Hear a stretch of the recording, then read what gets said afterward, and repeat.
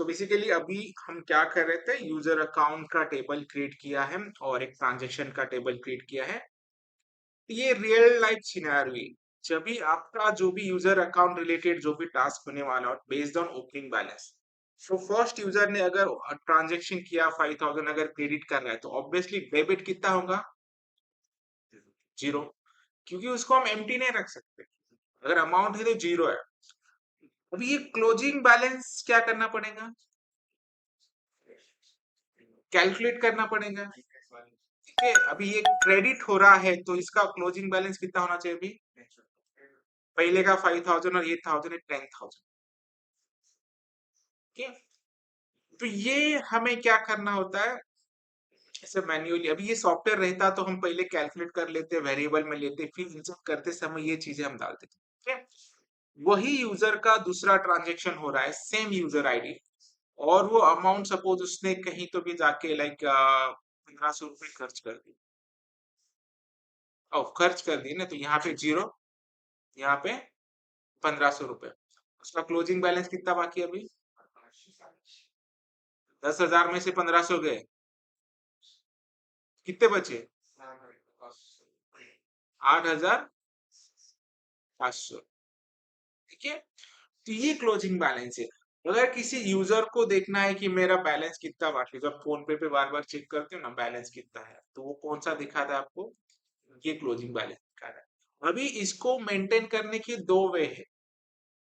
एक तो आप सिंपल सा एक इंसर्ट क्वेरी कर लो, सिंपल, जहां पे तुम्हारा अमाउंट सिर्फ क्रेडिट या डेबिट हो रहा है। ठीक है, फिर क्लोजिंग बैलेंस अपडेट करने के लिए आप क्या कर सकते हो, एक अपडेट की क्वेरी फायर कर सकते हो। ठीक है, लेकिन इस समय क्या होना चाहिए, इसका जो इंसर्ट किया है वही अपडेट मिलना चाहिए। तो ऐसे 2-3 क्वेरी करने के लिए आपको सॉफ्टवेयर का सपोर्ट चाहिए होता है। डेटाबेस सारे काम नहीं कर सकता, वो आइदर स्टोर करता है या सिलेक्ट करता है, इंसर्ट अपडेट करता है। आपको कहीं ना कहीं सपोर्ट लेना चाहिए सॉफ्टवेयर का भी। इसके लिए डेटाबेस के रिलेटेड हमें सपोर्ट सिस्टम भी चाहिए, जो सॉफ्टवेयर या प्रोग्रामिंग इसको कनेक्ट करते आने चाहिए, जो कि इसके साथ इंटरैक्ट कर सके।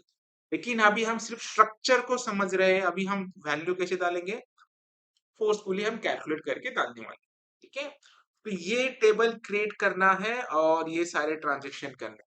बाद में अगर मुझे देखना है कि इस पर्टिकुलर यूजर का ओपनिंग बैलेंस कितना है, तो मैं वो देख सकता हूँ, या प्लस अभी तक इसके अकाउंट में कितने पैसे आए हुए हैं, तो वो भी देख सकते हैं। और हम मैंने देखा कि और ये भी देखना है कि इस यूजर ने अब तक कितना खर्चा किया है, तो वो भी हम देख सकते हैं एज ए डेबिट करके। लेकिन ये सब किससे बेस होगा, ये आईडी और ये आईडी के अगेंस्ट। तो ये प्रॉपरली एक रियल टाइम सिनारियो हो गया, और हम जो भी चाहिए क्वेरी कर सकते हैं। तो हमारे पास अभी क्या है, फिलहाल के लिए एक यूजर का अकाउंट का टेबल है। तो अभी हमें कौन सा टेबल क्रिएट करना है, ट्रांजैक्शन टेबल। और वो टेबल क्रिएट करते समय इस टेबल का जो प्राइमरी की है, मतलब जिसको हम अकाउंट नंबर भी बोल सकते हैं, वो सेकेंड टेबल में जाएंगे। जब पहले टेबल का प्राइमरी की दूसरे टेबल में अगर जाता है, उसको क्या बोलते हैं, फॉरेन की या रेफरेंस की बोलते हैं। ठीक है, अभी हमें एक टेबल क्रिएट करना है, CREAT, क्रिएट टेबल, TRA का नाम का एक मैं टेबल बनाता हूँ। ठीक है, तो सबसे पहले हमें क्या रखना है, TID इंटीजर, वो क्या रहेंगे अपना प्राइमरी की। और यहां से ही मैं अभी यहाँ पे एक वर्ड है, देखो, ऑटो इंक्रीमेंट, जो कि हमें स्ट्रक्चर में जाके करना पड़ रहा था, लेकिन अभी स्ट्रक्चर में जाएंगे ना, यहाँ से भी हम कर सकते हैं। ठीक है, दूसरा हमें क्या लेना है, आईडी, वो रहेगा इंटीजर। और ये कौन सा आईडी है, यूजर की का। तो फॉरेन की वर्ड नहीं होता, ठीक है, वो हमें ध्यान में रखना पड़ता है। उसके बाद क्या लेना है हमें, इंटीजर, CRED, क्रेडिट, क्रेडिट लिखते हैं पूरा, कंफ्यूजन नहीं रहेगा, क्रेडिट उसी वे से नहीं, पहले डेटा टाइप्स फिर इंटीजर। क्रेडिट क्या है, इंटीजर। उसके बाद क्या लिखना है, डेबिट, वो भी है अपना इंटीजर। सो क्रेडिट डेबिट हो गया, उसके बाद क्या बचता है अपना इंटीजर, CL वैल। अरे वो सीक्वेंस हमेशा CL वैल इंटीजर। ठीक है, आ गया। एक्चुअली मुझे ना डेट डालना है इसके अंदर, सो मैं डेट डालना चाहता हूँ। डेट का होने रहा था, लेकिन हो जाएगा, वैसे हो नहीं रहा, नहीं कुछ ना कुछ रहेगा ना। स्ट्रक्चर से क्रिएट कर सकते हैं हम, डेट करते हैं आज, क्योंकि ट्रांजेक्शन के रिलेटेड डेट बहुत इंपॉर्टेंट, लेकिन विदाउट डेट हम ट्रांजेक्शन करते हैं। किसी ने बोला कि 2 दिन पहले दिया है, डेटाबेस में डेट ही नहीं है, प्रॉब्लम हो सकता है। ठीक है, उसको स्ट्रक्चर से मेंटेन करते हैं। फिलहाल ये टेबल को हम क्रिएट कर ले, कुछ बाकी है, कुछ नहीं, जो जो फील्ड चाहिए थे वो किया हमने। तो जब भी आप कोडिंग करते हो या कोई सॉफ्टवेयर पे काम करते हो, डेटाबेस पे काम करते हो ना, आपको एक रफ वर्क होना चाहिए। क्या, उस रफ वर्क के बेस पे ही आप स्ट्रक्चर को जनरेट कर सकते हैं। सारी चीजें आगे एक डेट का डालना याद रखो, डेट हम कर लेंगे। तो फिलहाल इसको हम क्या कर लेते हैं, एग्जीक्यूट कर लेते हैं। तो जो भी डेटाबेस है हमको सिलेक्ट किया, एसक्यूएल टैब पे गए, टेबल क्वेरी टाइप किया, और नीचे स्क्रॉल जाके हम क्या कर रहे हैं, इसको फॉर्म कर रहे हैं। तो ये यूजर का, सॉरी कौन सा टेबल था अपना, प्लान। मेरे को यहाँ पे दिखाई दे रहा है क्या ये, नहीं, तो थोड़े देर के बाद आता है क्योंकि रिफ्लेक्ट हो रहा है ना plan। ठीक है?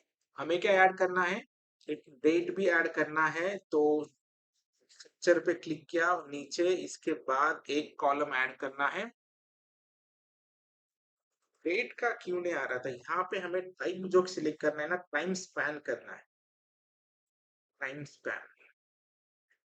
ठीक है, और एक डिफॉल्ट वैल्यू जो है करंट टाइम स्पैन लेना है, मतलब जो भी डेट को या जो भी एंट्री होती है तो उसका करंट डेट और टाइम यहाँ पे ले लो। ठीक है, तो ये अपना हो गया अभी एक ट्रांजैक्शन का टेबल। तो फिलहाल हम एक ट्रांजैक्शन कर लेते हैं, लेकिन जो भी यूजर का हम ट्रांजैक्शन कर रहे हैं उसका हमें क्या पता होना चाहिए, ओपनिंग बैलेंस पता होना चाहिए। ठीक है, तो सपोज यूजर नंबर 1 का ओपनिंग बैलेंस याद रखो कितना है, 10,000। सो उस यूजर का क्या हो रहा है, अभी एक ट्रांजैक्शन हमें क्रिएट करना है। तो मैं यहाँ पे जाके वैल्यू को इंसर्ट करने की स्टार्ट करूँ। इंसर्ट करते समय अभी हमें क्या दिखता है, इंसर्ट। okay? अभी मैं थोड़ा अलग वे से इंसर्ट करता हूँ। अभी तक हमने जो किया, हमने क्या किया था, डायरेक्टली वैल्यूज पास की थी।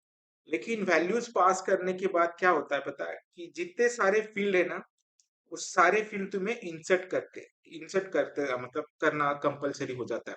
मतलब अगर टेबल के अंदर 10 कॉलम है तो तुम्हें 10 के 10 वैल्यू इंसर्ट करनी है। लेकिन वही अगर तुम यहाँ पे स्पेसिफाई करते हो कि इंसर्ट इनटू ट्रांस, तुम्हें क्या क्या इंसर्ट करना है, आईडी, टीआईडी ऑटो इंक्रीमेंट है, उसको इंसर्ट करने की जरूरत नहीं। उसके बाद क्रेडिट, उसके बाद डेबिट, उसके बाद सीएल वैल, और डेट भी क्या है, ऑटोमेटिक लिया है, तो उसको इंसर्ट करने की जरूरत है क्या, नहीं। तो जब भी आपको स्पेसिफिक इंसर्ट करना है, 10 कॉलम में से सिर्फ 4 ही इंसर्ट करने हैं, बाकी के ऑटोमेटिक है या टाइम स्टैंड करें, तो वो इंसर्ट करने की जरूरत नहीं। तो यहाँ पे जाके क्या करेंगे, वैल्यूज। तो अभी हमें क्या करना है, सिर्फ पहले तो कौन से यूजर आईडी का अकाउंट है वो, 1 यूजर आईडी। उसके बाद ये सब मोस्ट ऑफ क्या है, इंटीजर ही है, तो हमें सिंगल कोड देने की जरूरत नहीं। इसके बाद क्या है, अभी अभी क्रेडिट करना है। तो 10,000 था, सपोज मैं अभी 2,500 रुपए क्या करता हूँ, क्रेडिट करता हूँ। अगर क्रेडिट में कर रहा हूँ तो डेबिट हमेशा क्या होगा, जीरो ही होगा। ऐसे कभी नहीं करना, एक ही साथ दो चीजें नहीं होती, एक ही होता है। ठीक है, उसके बाद अभी क्लोजिंग बैलेंस क्या है अपना, वो भी हमें कैलकुलेट करके लेना पड़ रहा है, नहीं तो अगर प्रोग्रामिंग के साथ किया रहता तो हम यूजर क्या क्या इंसर्ट करने वाला है, फिर उसको बैलेंस सिलेक्ट करके उसके अंदर ये अपडेट कर सकते थे। ठीक है, इधर तुम फ्रेशली जीरो इंसर्ट करके बाद में अपडेट की क्वेरी फायर कर सकते हो, या एक ही साथ अभी हम कैलकुलेट कर लेते हो। वो कितना हो जाएगा, 12,500। डेट इंसर्ट करनी है क्या, नहीं, क्योंकि वो करंट टाइम स्पैन। चलो एक बार इसको एग्जीक्यूट कर लेते हैं, और वो मिस फील्ड का नाम तो नहीं देगा ना, 1 2 3 4, 1 2 3 4। ठीक है, अभी इसको अगर हमने देखा तो वो ट्रांजेक्शन का डेट भी आ जाना चाहिए, देखो पूरा डेट भी आ गया, टाइम भी आ गया, मिनट भी आ गया, प्लस सेकंड भी आ गया।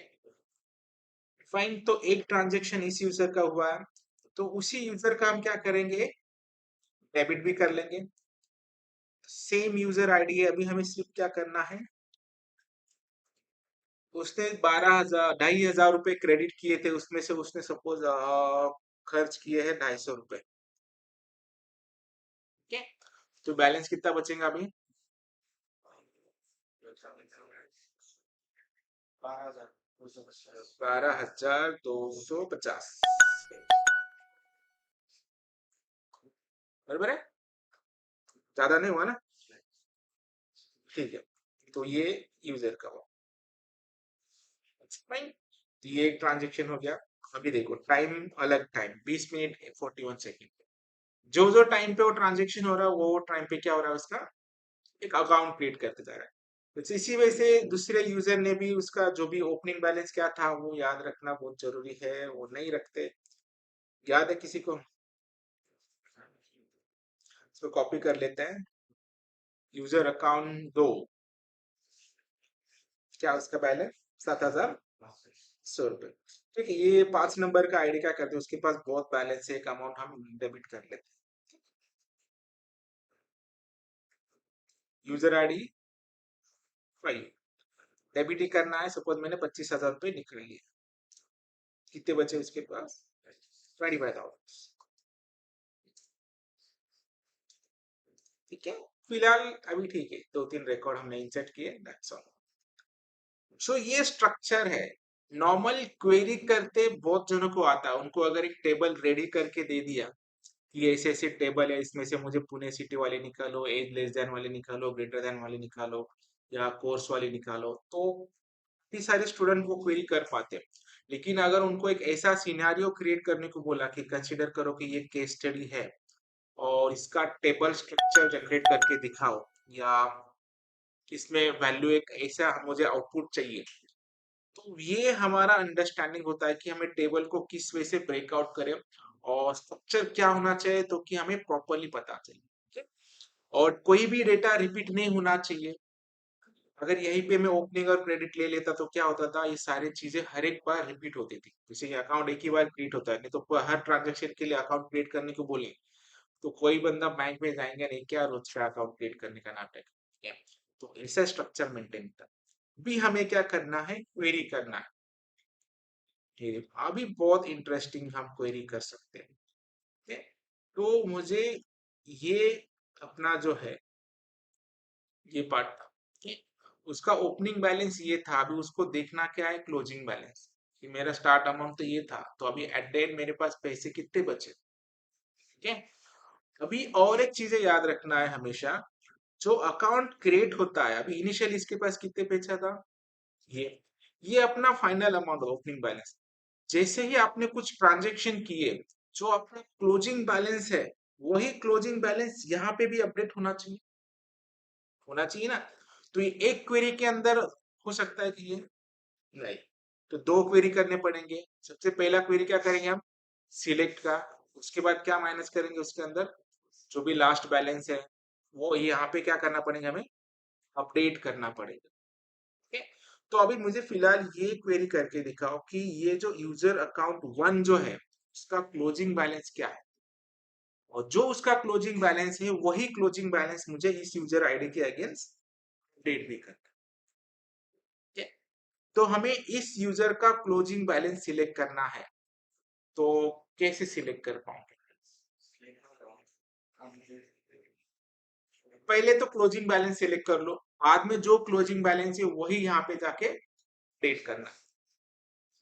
क्या सिलेक्ट करना है हमें? यूजर का नाम भी सिलेक्ट कर लो, तो हमें सिलेक्ट करना है आईडी, ताकि पता चले आईडी क्या है। ओके, और यहाँ पे एक कॉमन एरर आता है, वो एरर जनरेट करने के लिए मैं यहाँ पे आईडी लिख रहा हूँ, तो तुम्हें पता होना चाहिए कि क्या एरर आता है।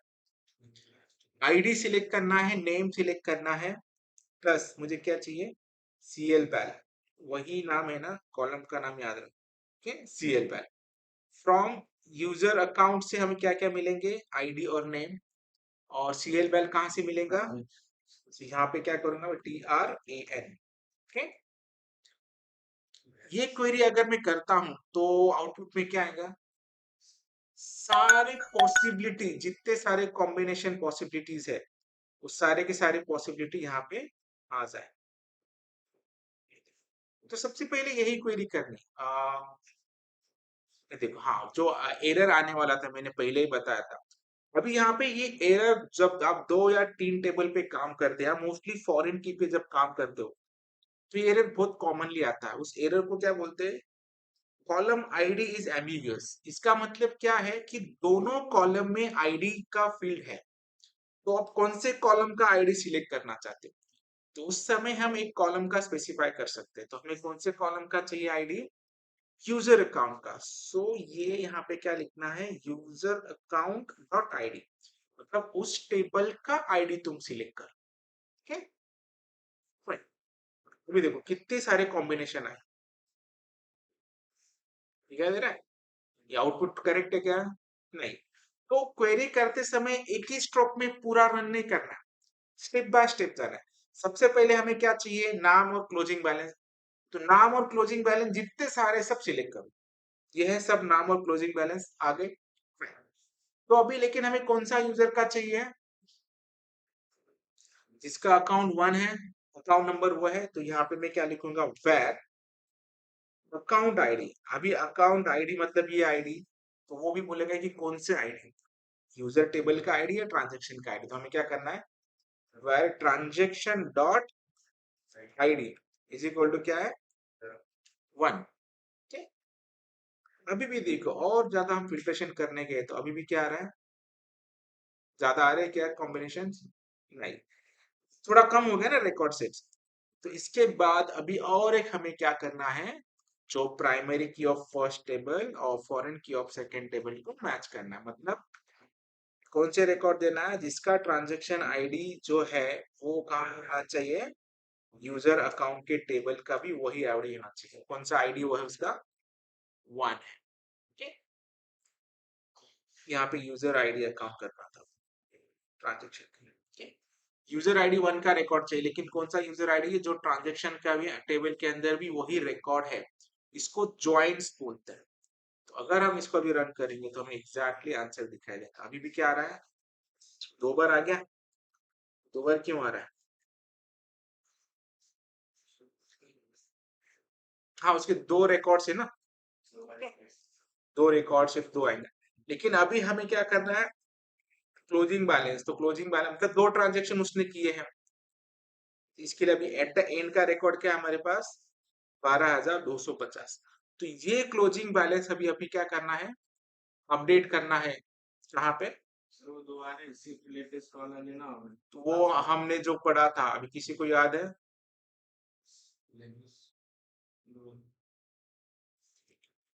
ऑर्डर बाय क्या करेंगे हम? ऑर्डर बाय करो, एक फील्ड डिसेंडिंग करना है, ठीक है, और एक ही लेना है। मतलब क्या करेंगे हम?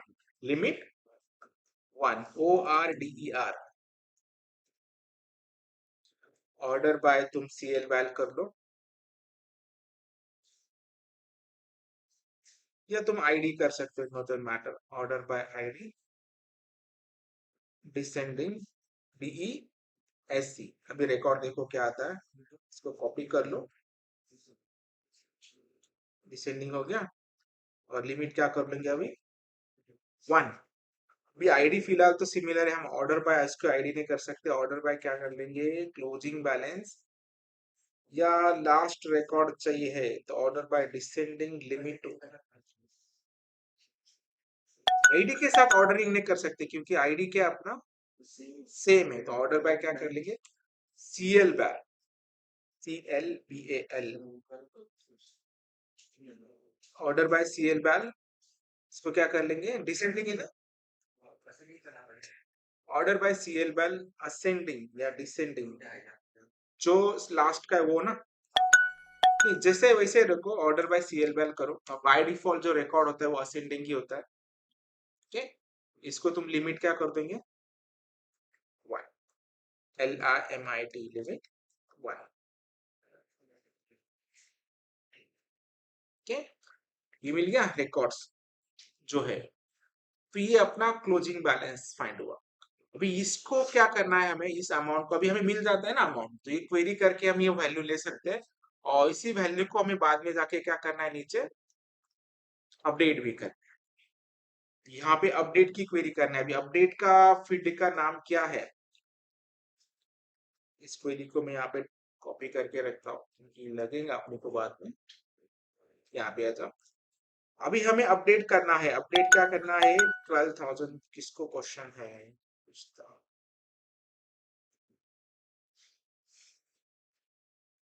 ओके, ये आपस में ही बात कर रहे हैं क्या, ठीक है। हाँ, सो बेसिकली कहाँ पे थे हम, हाँ ठीक है। अभी क्लोजिंग बैलेंस हमें क्या करना है, अपडेट करना है कौन से यूजर के अकाउंट के अंदर। सो अमाउंट क्या थी, भूल गया मैं। हाँ वही ना, 12,250, ठीक है। तो क्या करना है, अभी अपडेट करना है। अपडेट क्या करना है, user account table update, user account table, उसके बाद सेट। सेट क्या करना है, OP bal is equal to, क्या अमाउंट है वो, 12,250, okay. Where ID is equal to one, क्योंकि यूजर आईडी का अगेन जो हुआ 10,000 था, उसके बाद काफी सारे ट्रांजेक्शन हुए और एट एंड ट्रांजेक्शन क्या हुआ था, जो भी बचा है वो हम अमाउंट अपडेट कर रहे हैं। तो अगर अब यूजर जाके खुद का बैलेंस देखना चाहता है तो क्या लिखेगा, ये था, इनिशियली कुछ और था बाद में कुछ और है, ठीक है। तो दैट्स ऑल, इसी वजह से काम करते हैं, ठीक है। तो अभी मुझे ये देखना है हम्म, कि यूजर आईडी 1 ने टोटल कितना अमाउंट क्रेडिट किया, वो देखना है। तो वो कैसे करें, ठीक है। Total amount credited by user ID 1, user ID ने अब तक जितने भी ट्रांजेक्शन है उसमें से कितना अमाउंट उसने क्रेडिट किया। पहले तो क्रेडिट निकालो, बाद में डेबिट निकाले, सम करना पड़ेगा। तो कैसे करना है क्वेरी,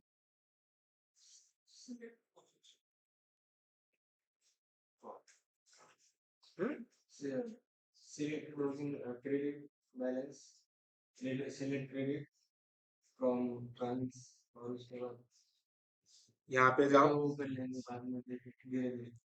धीरे धीरे, ओके ठीक है। तो सबसे पहले हमें क्या करना है, अभी देखो हमें क्या चाहिए, क्रेडिट का टोटल चाहिए या डेबिट का टोटल चाहिए, ठीक है। लेकिन कौन सा यूजर का चाहिए, उसी यूजर का। अभी फिलहाल हमारे पास एक ही क्रेडिट है और एक ही डेबिट है, तो सम आ जाएगा तो एक ही आ जाएगा। तो मैं और एक क्या करता हूँ, और एक अमाउंट क्रेडिट कर लेता हूँ, इंसर्ट कर लेंगे, इंसर्ट इंसर्ट इनटू की भी क्वेरी कॉपी करके रखनी थी। और हमेशा जो क्वेरी करते हैं ना, नोटपैड पे रखते जाओ ताकि वो फिर से टाइप करने की जरूरत नहीं पड़े। इंसर्ट इनटू क्या था अपना, ट्रांस, और वहां पे हमने वो फील्ड लेके रखे थे, एक पहला आईडी था, उसके बाद क्रेडिट, उसके बाद डेबिट, उसके बाद सीएल वैल, दैट्स ऑल, ठीक है। उसके बाद क्या करना है, वैल्यूज। यूजर आईडी 1 ही क्या अमाउंट कर रहा है, क्रेडिट कर रहा है। सपोज उसने और क्रेडिट किया 5,000 रुपए, सॉरी इंटीजर है सब कुछ, टाइप भी अगर गलत देते तो गलत हो जाता। डेबिट 0 होगा, ट्रांजेक्शन इंसर्ट करने की जरूरत नहीं है। क्लोजिंग बैलेंस पहले क्या था, 12,250, तो देन अभी 17,250। इसको भी कॉपी करके रख लो दो पैड पर, ताकि वो ज्यादा आसान हो जाए, ठीक है। एग्जिट। अभी हमें ढूंढना है कि total amount credited by user ID 1 या अकाउंट नंबर जो भी है, कैसे करेंगे, सम ऑफ किसका सम, क्रेडिट, ये कर लिया।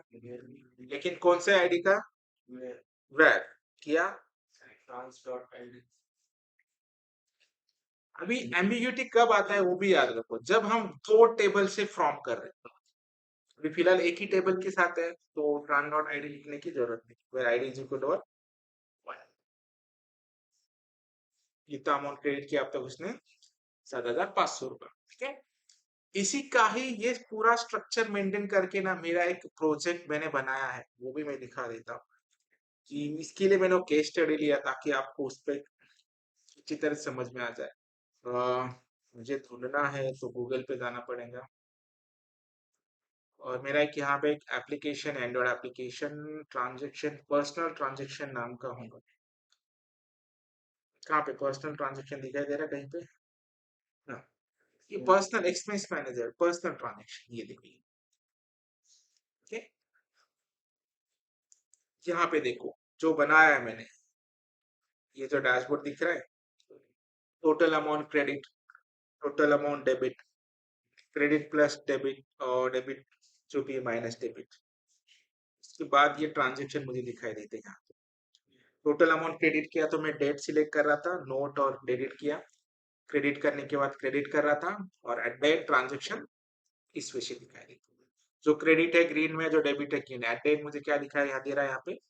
Closing balance. सो इस वजह से हम प्रोजेक्ट बना सकते हैं, करंट बैलेंस या क्लोजिंग बैलेंस। ठीक है, और वही स्ट्रक्चर जो है अभी इसी टेबल के अंदर है।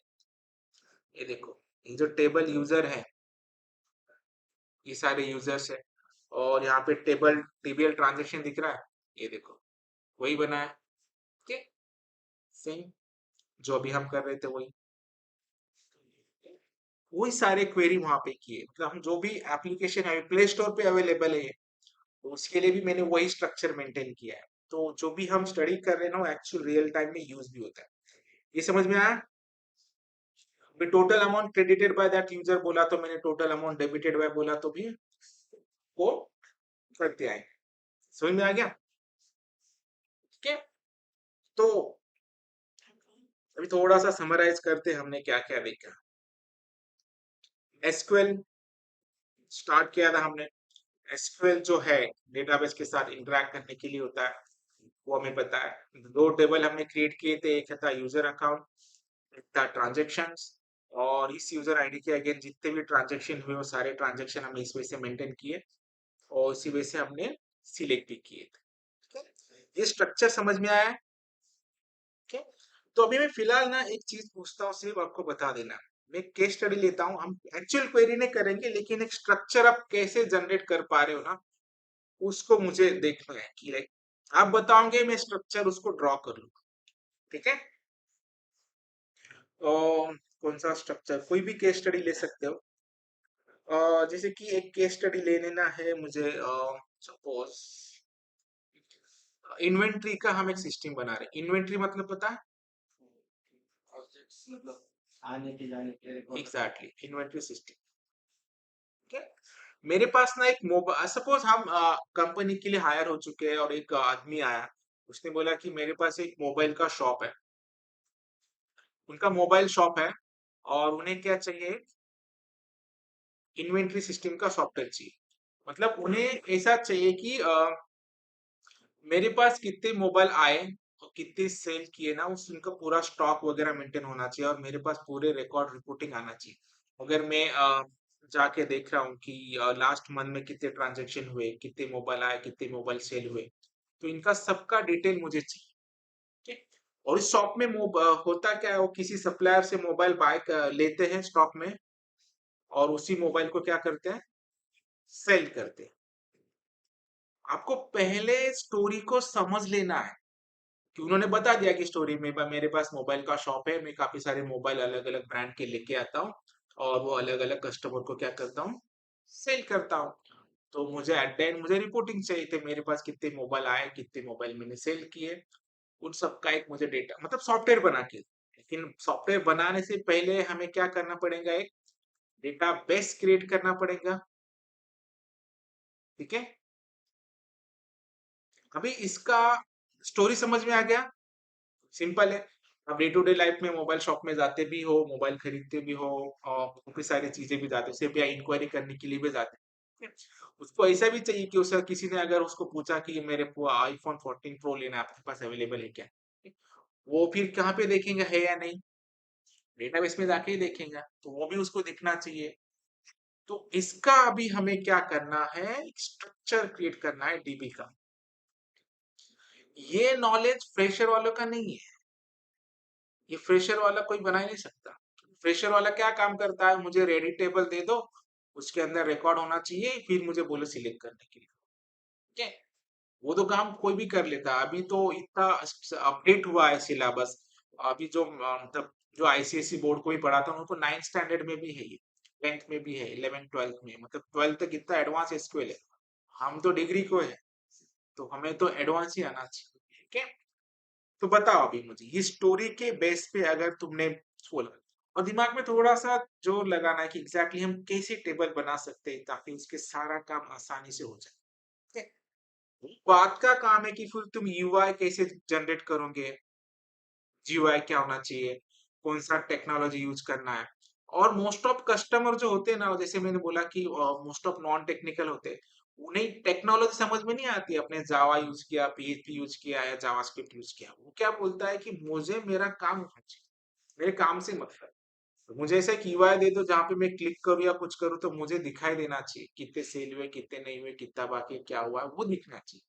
बैकएंड को क्या यूज कर रहे हैं, फ्रंट एंड को क्या यूज कर रहे हो, बाद में टेक्नोलॉजी की अलग बात आती है। ठीक है, लेकिन ये है केस स्टडी, और इसका मुझे टेबल स्ट्रक्चर बताओ कि कैसे मैं जनरेट करूं या कहाँ से कर सकते हैं। तो सबसे पहले तो ये सोचना है कि ये सारे काम एक ही टेबल के अंदर हो सकते हैं क्या, एक टेबल के अंदर नहीं हो सकते हैं। ठीक है, तो कैसे फिर पहला टेबल हमारा क्या रहेगा, सबसे पहला table product ID, product name. तो पहला काम हमारा यही रहेगा कि जो भी तुम मोबाइल शॉप में आता है उसका एक मास्टर टेबल क्रिएट कर लो। ठीक है, मतलब प्रोडक्ट का टेबल एक सिलेक्ट कर लो, मतलब बना लेना है। प्रोडक्ट टेबल में हम क्या करेंगे, उस सारे प्रोडक्ट के डिटेल्स डाल देंगे। प्रोडक्ट की डिटेल मतलब प्रोडक्ट का आईडी, प्रोडक्ट का नेम। ओके, सपोज तुम ब्रांड है, उसका रैम है, साइज है, स्टोरेज है, जो भी बेसिक डिटेल है मोबाइल के, प्राइस भी सब डाल दो। ठीक है, पहला प्रोडक्ट तुमने लिया। और मुझे ये बताओ कि सपोज अभी मेरे पास एक प्रोडक्ट आया जो कि आईफोन है। ओके, जो भी है उसका, अगर मुझे रैम जो है, यहाँ पे स्टॉक भी रहता हमेशा, ये याद रखो स्टॉक, उसका सपोज 8 GB रैम है, उसका स्टोरेज 128 GB है, कलर ये है, समथिंग समथिंग, और मेरे पास स्टॉक जो है अभी दो है। ठीक है, उसके बाद फिर से मेरे पास वही स्टॉक आया आईफोन 14 प्रो का, 8 GB 128 GB। तो उसके लिए मैं सेकेंड रिकॉर्ड इंसर्ट करूँ या नहीं, करना चाहिए नहीं करना चाहिए। नहीं, यहाँ पे तो हम कैसे दूसरा आईडी जनरेट कर रहा हूँ ना मैं, तो होगा नहीं। ठीक है, तो इसके लिए अगर सेम ब्रांड के फोन फिर से अगर शॉप में आ रहा है, तो उसके लिए मुझे फिर से इंसर्ट करने की जरूरत है या नहीं।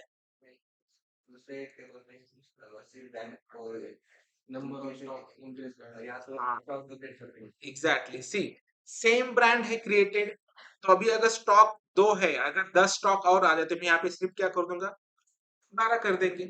और यही शॉप में होता है हर एक स्टेट। ठीक है, स्टॉक नॉट अवेलेबल बोल देते, क्योंकि ब्रांड एक बार क्रिएट हो गया तो क्रिएट हो गया, वहां पे सिर्फ स्टॉक इधर जीरो हो जाएगा, नहीं तो स्टॉक बढ़ेगा। ठीक है, तो जितने भी आपके पास फोन आते हैं तो आपको क्या करना है, उसको ऐड करते जाना एक ही बार।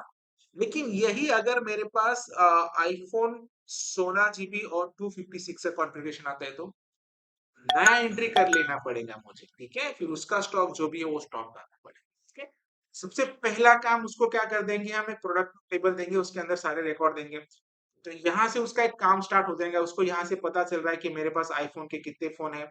ओके, आईफोन अवेलेबल है या नहीं, वो सर्च करेगा, देखेगा, अरे है, प्रोडक्ट है, प्रोडक्ट है, प्रोडक्ट है, प्रोडक्ट है। अगर जीरो दिखा रहा है तो स्टॉक नहीं भाई, कल आ जाएगा। पहला काम हो गया। दूसरा क्या क्या हो जाएगा उसका, सेलिंग का। भी सेल करना है तो किसी ना किसी कस्टमर को वो प्रोडक्ट सेल करेंगे।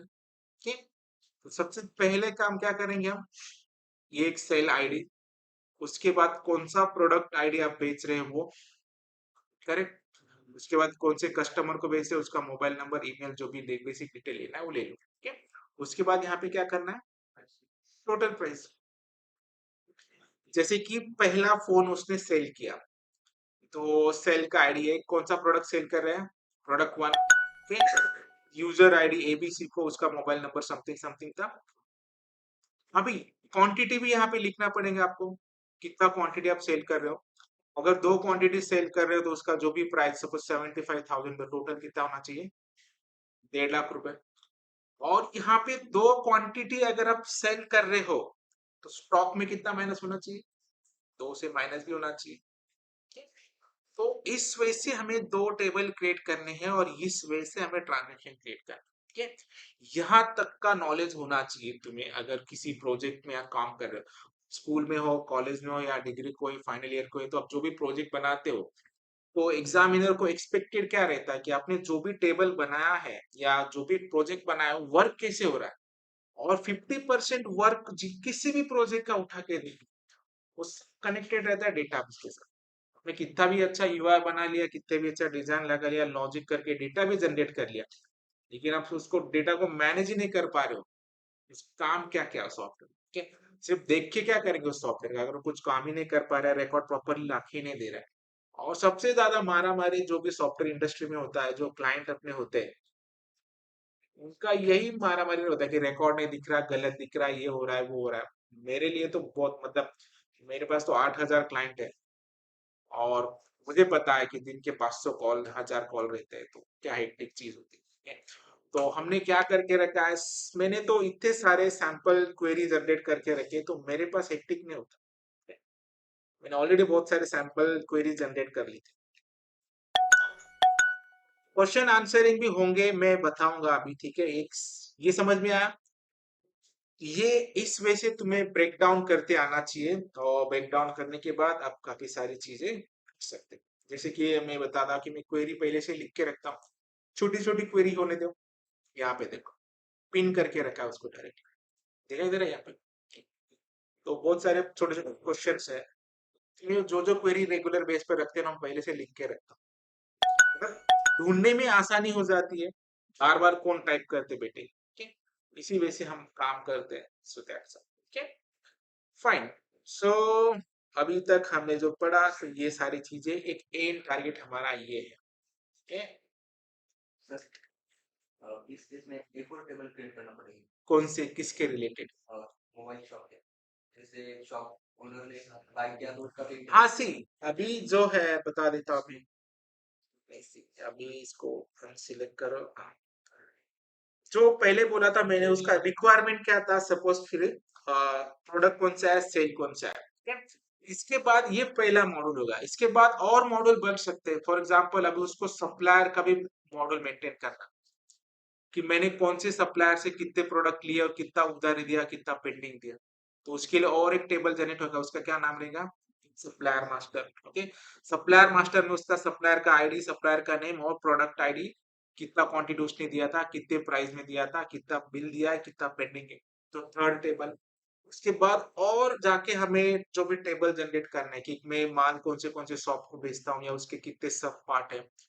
तो जैसे रिक्वायरमेंट बढ़ती है ना, उसी वजह से क्या बढ़ते हैं, टेबल्स बढ़ते हैं। और हर एक टेबल का रेफरेंस कहीं ना कहीं जनरेट होना चाहिए। और इसके बाद उसको एक पूरा फाइनल रिपोर्ट करना है, कौन सा प्रोडक्ट कौन से सप्लायर से लिया था, कौन से यूजर को भेजा था, किसी मंथ में भेजा था, क्या टोटल हुआ था, कितना लॉस और कितना प्रोफिट, मास्टर टेबल पूरा का पूरा फाइनल रिपोर्ट। ठीक है, इसी बेस पे फिर उसका तुम ग्राफ करके दे रहे हो, पाई चार्ट करके दे रहे हो, जो भी अभी डेटा साइंस से रिलेटेड जो टेक्नोलॉजी है, वो क्या करते हैं, तुम मुझे डेटा दे दो, हम तुम्हें प्रेजेंटेशन देते हैं। ठीक है, बाद में काम करते हैं, लेकिन तो इसी वजह से जैसे रिक्वायरमेंट बढ़ती है, स्ट्रक्चर भी बढ़ेगा, लेकिन एटलीस्ट तुम्हें 2 से 3 टेबल पे इनिशियली काम करते आना चाहिए। जैसे आप इस टेबल पे मास्टरी कर लेते हो, तो तुम्हें धीरे धीरे पता चलेगा कि और ज्यादा टेबल से और ज्यादा टेबल से, और हर एक का एक टेबल से। ठीक है, तो ये पार्ट है।